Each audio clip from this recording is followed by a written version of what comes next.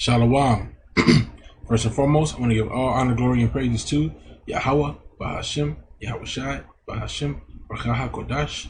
Okay, double honors to the apostles and the elders at Great Millstone. Peace, blessings, and salutations to the hopefully elect.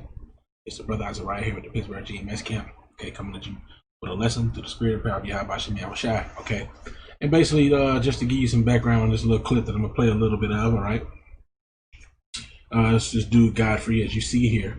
Speaking of this dude Vlad, which I believe he's an Edomite, okay. About what Nick Cannon said, about the words that Nick Cannon, spoke concerning who the true people of the Most High are, okay. And Vlad's gonna give his opinion on what he thinks about the concept of a chosen people, and then we get to some scriptures. Lord willing, this is edifying, okay.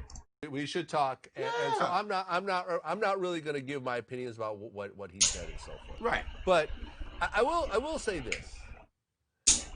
this whole concept of a chosen people is really some bozo shit for everyone involved, right?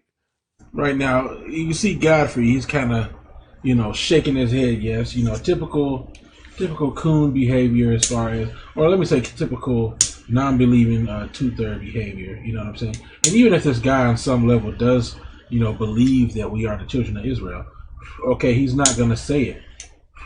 Because the thing is, when you speak the truth, okay, you make yourself a prey in the society. The scriptures say, he that Salakia, can't quote it, gotta grab it. Okay? Because in this world you can't speak, okay, righteousness and just get away with it. Isaiah 59:15 says, yea, truth faileth, and he that departed from evil maketh himself a prey, and Yahweh saw it, and it displeased him that there was no judgment. Okay? Because that's a part of, okay, turning away from evil, okay? Okay, because let me get it.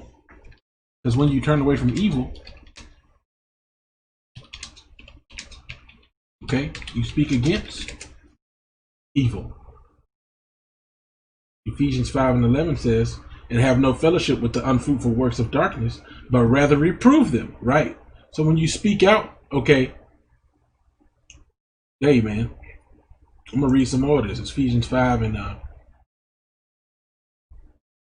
okay. In 8, for ye were sometimes darkness, but now are ye light in the Lord. Walk as children of the light, right? Because we do our deeds before all men to be seen. Okay, a candle that is lit cannot be hid under a bushel. Okay, you don't light a candle, okay, to put it under a bed.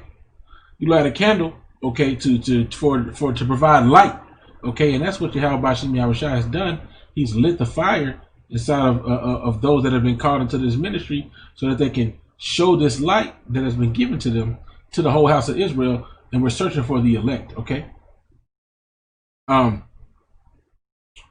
Verse 9, for the fruit of the spirit is in all goodness and righteousness and truth. Okay. In the industry, you can't speak truth in whatever industry. If you're in the eyes of society, in the media, you can't speak the truth. Okay. Not without grave repercussions. Verse 10, proving that what is acceptable unto the Lord, and have no fellowship with the unfruitful works of darkness, but rather reprove them. For it is a shame to speak even of those things which are done. It's a shame even to speak of those things which are done of them in secret. So like it. Okay, but all things that are reproved are made manifest by the light, for whatsoever doth make manifest is light. Okay, so hey man, you can't speak about these things, and even if he did, like I said, believe he ain't gonna talk about it. Okay. But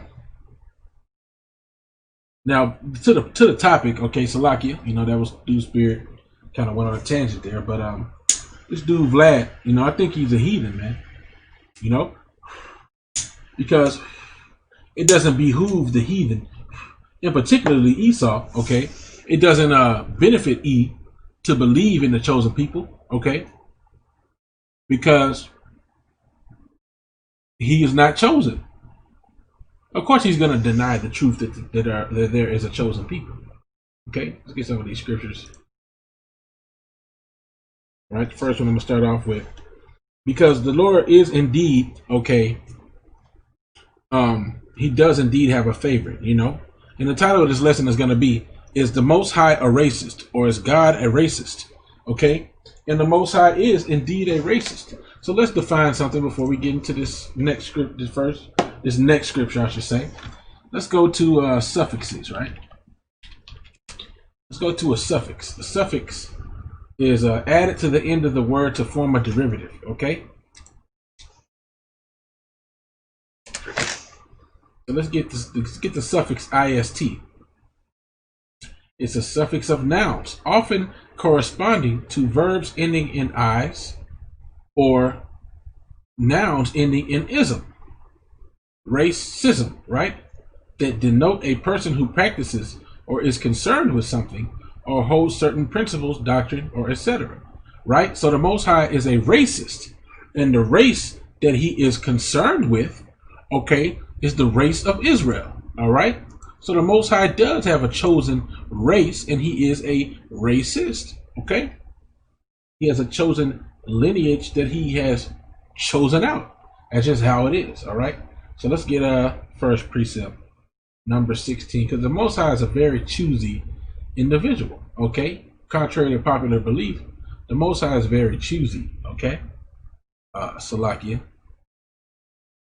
Book of Numbers is up here. Numbers 16. And this is just an example to show that the Most High is very choosy. Number 16 and 5. Actually, we're going to start at 16 and 3 says, and they gathered. Matter of fact, I guess I can read some more on this. Number 16 and 1. Now Korah, the son of Izar, the son of Kohath, the son of Levi, and Dathan and Abiram, the sons of Eliab, and On, the son of Peleth, the son of Reuben, sons of Reuben, took men, and they rose up before Moses with certain of the children of Israel, 250 princes of the assembly, famous in the congregation, men of renown. And they gathered themselves together against Moses and against Aaron, and said unto them, Ye take too much upon you, seeing the congregation are holy, seeing all the congregation are holy, every one of them, and the Lord is among them. Wherefore then lift ye up yourselves above the congregation of Yahweh. Now, Moses and Aaron didn't lift themselves up to the position that they were in. The Most High lifted them up to that position. You see, Moses said, I can't speak good. What you choosing me for? How am I going to go speak to Pharaoh? The Most High said, well, you got your brother Aaron. I'll have him talk for you. But the point being, the Most High chose them. Okay? The Most High chose them. He's choosy. Okay. And when Moses heard it, he fell upon his face. Verse 5. And he spake unto Korah and unto all his company, saying, Even tomorrow will Yahweh show who are his, and who is holy, and will cause him to come near unto them. Even him who he have chosen will he cause to come near unto him. See, the Most High is very choosy. The Most High chooses individuals. You don't choose the Lord. The Most High chooses you. Okay. Deuteronomy 7. Is the next scripture. Deuteronomy 7. Okay. And 6. For thou art an holy people unto the Most High thy power. The Most High thy power have chosen thee to be a special people unto himself, above all people that are upon the face of the earth. See? So the Most High have chosen the children of Israel to be a special people above all the people on the earth, man. You see? That's what the Most High have done. Let's see here. Let's see. Oh, yeah. Verse 7. The Lord did not set his love upon you, nor choose you, because ye were more in number than any people, for ye were the fewest of all people. But the Most High loved you, but because the Most High loved you, and because he would keep the oath which he had sworn to your fathers, hath the Most High brought you out with a mighty hand, and redeemed you out of the house of bondmen, from the hand of Pharaoh, king of Egypt. See, just showing you also too that Egypt represents the house of bondage. Okay, right. Now know therefore that the Most High thy power, he is the Most High, the faithful power, which keepeth covenant and mercy with them that love him and keep his commandments to 1,000 generations, and repayeth them that hate him to their face, to destroy them. He will not be slack to him that hateth him. He will repay him to his face. Right. Okay. And the ones who keep the commandments are the children of Israel, man. Okay. The children of Israel. Let me see if I remember this location. I'm not that great with numbers, so I have a problem remembering the locations of certain scriptures. Yeah, no, that ain't it.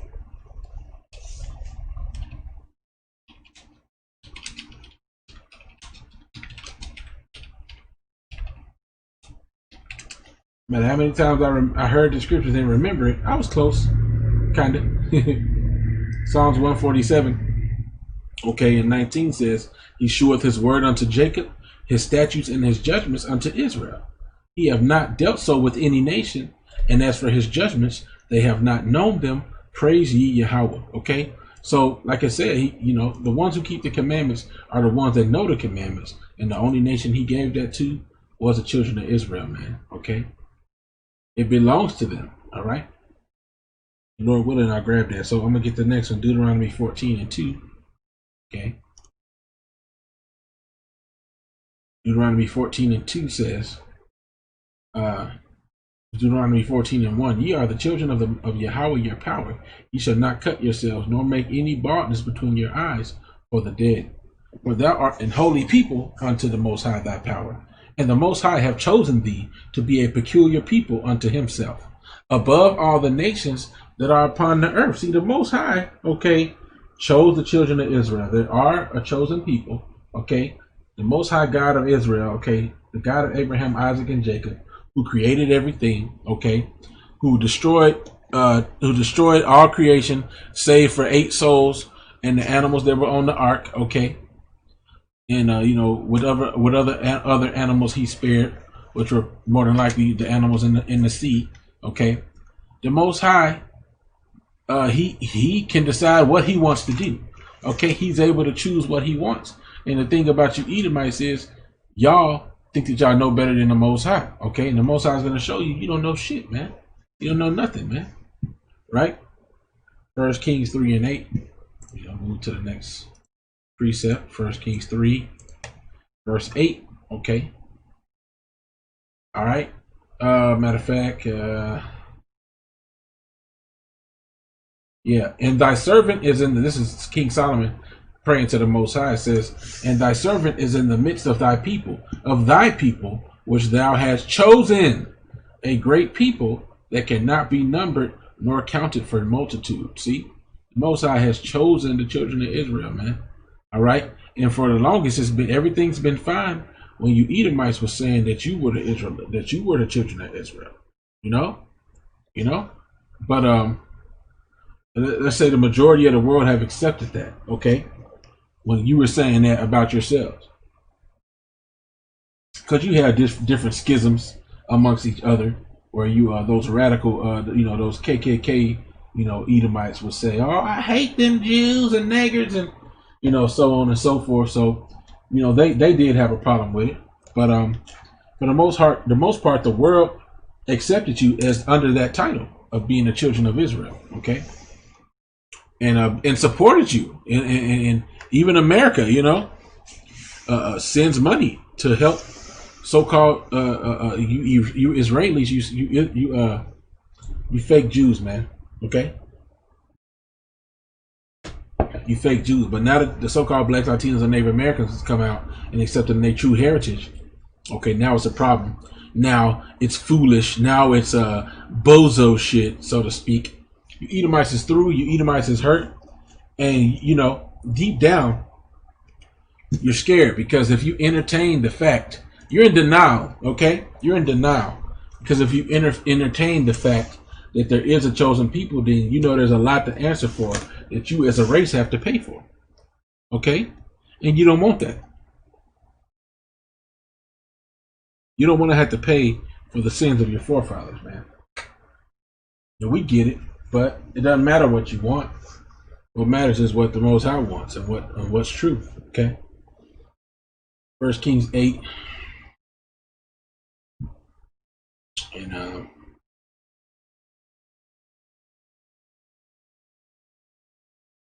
see which one I want to choose.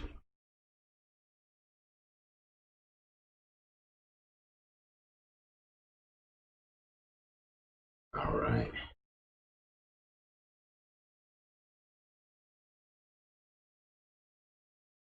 First Kings chapter 8 and let's see.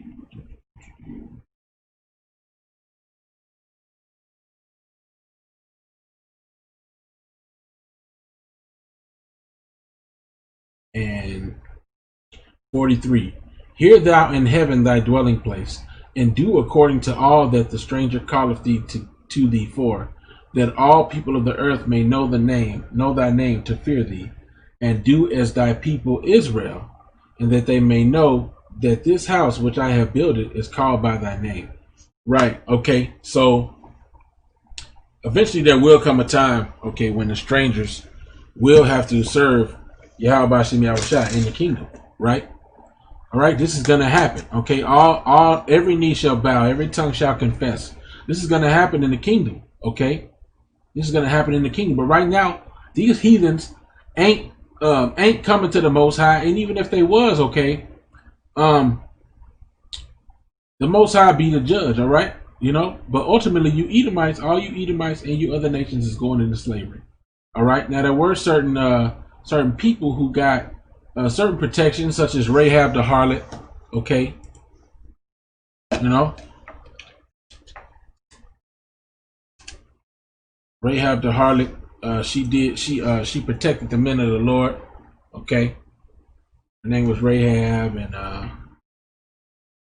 only Rahab, and the city shall be accursed, even it and all that are therein, to the Most High.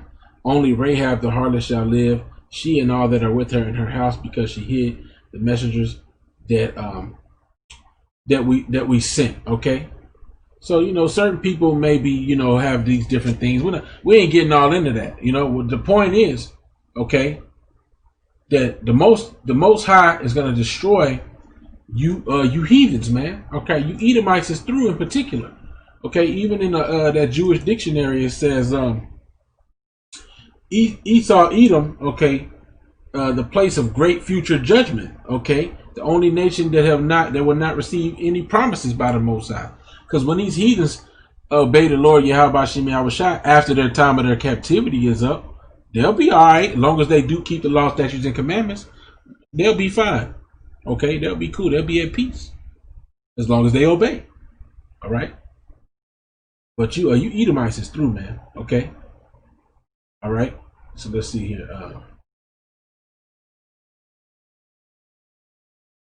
Lucky.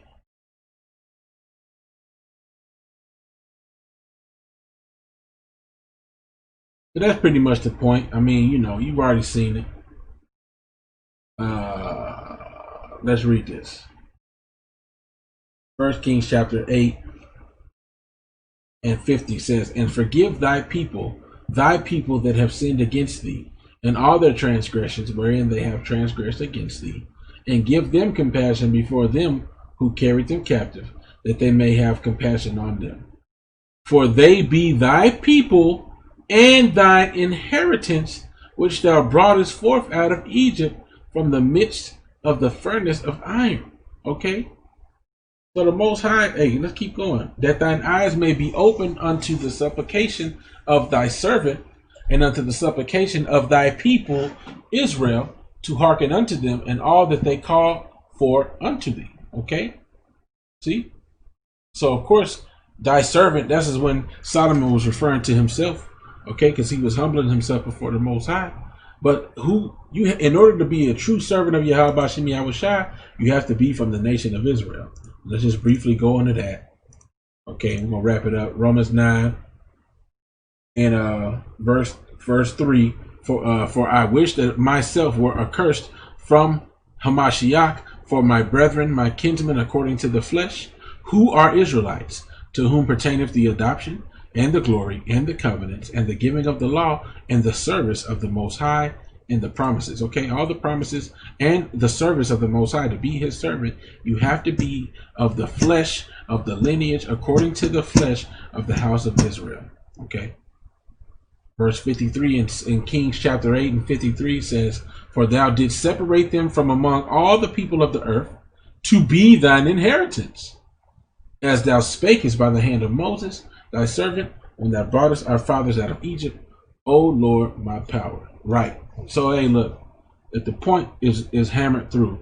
Now, we know that these heathens don't believe in the scriptures, no way. Okay, so that's why they can't accept that there's a chosen people, right? Because they don't believe in the scriptures. They believe what they want to believe, and ultimately, like I said, they're scared, because, like the scriptures say, when they see, okay, and ultimately you will find out. You will find out that there's a chosen people, and you got to find out the hard way, okay? Let's get it.